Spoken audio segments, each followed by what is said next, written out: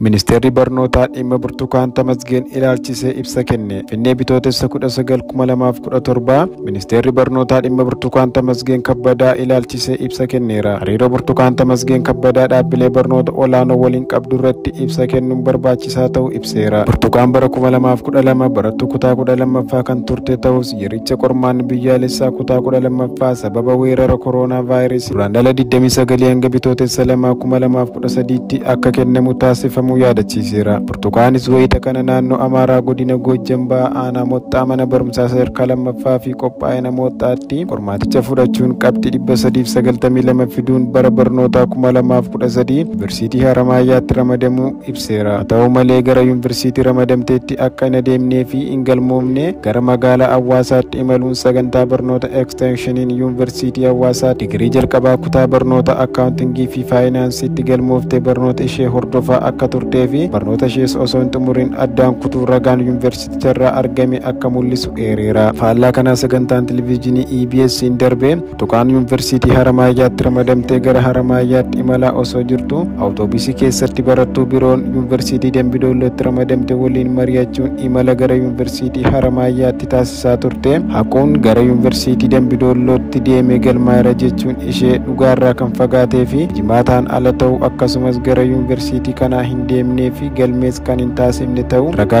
yuunivarsiiticharraa argame akka ibsu eereera. Galmeen barattoota haaraa kamiyyuu kan geggeeffamu ministeera barnootaan qofa ta'uu fi sadarkaa yuunivarsiitiitti kan hin eeyyamamne ta'uu beeksiseera. Haa ta'uutii tokko odeeffannoon miidiyaalee hawaasummaan tamsa'aa jiran dhugaa dhaabbilee barnootaa olaanoo bira jiruun ala ta'uun himeera. Lammaffaa odeeffannoo sobaa kanneen bu'uura godhachuun yuunivarsiitiiwwan tokko tokko keessatti yaaliin adeemsa baruuf barsiisuu gufachiisuu taasifamuu ibsameera. Dhaabbileen barnoota olaanoon hojiileen qorannoo fi qo'annoo akkasumas tajaajila hawaasummaa kan hojjetan dhaabbilee dhugaa fi haqaan qorannoo fi qo'annoo durfaman dhaabbilee idil addunyaa ta'uu ibseera.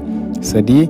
EBS'n akkuma miidiyaalee biroo dhimmicha osoo hin tamsaasin dura dhimmicha qulqulleeffachuu osoo qabu kallattiidhaan qilleensarra oolchuun uummata dogongorsiisuu qofa osoo hin taane yuunivarsiitiiwwan maqaa balleessuun miidhaa guddaa qaqqabsiisuu isaan itti gaafatamummaa fudhachuu akka qabu hubachiiseera. Haa ta'uutii odeeffannoon sobaa qindeeffamuun dhaabbileen hojii baruu fi barsiisuu hojii qorannoo fi qo'annoo gaggeessan gufachiisan kamiyyuu fudhatama kan hin qabne ta'uu hubachiiseera. Shirritti yaadamee raawwatamuu fi qaamolee gochi keessatti hirmaatan irratti tarkaanfiin bulchiinsaa darbees miidhaa qabeenyaa fi namarra qaqqabuuf tarkaanfiin seeraa kan fudhatu ta'uu ministeerichi beeksiseera.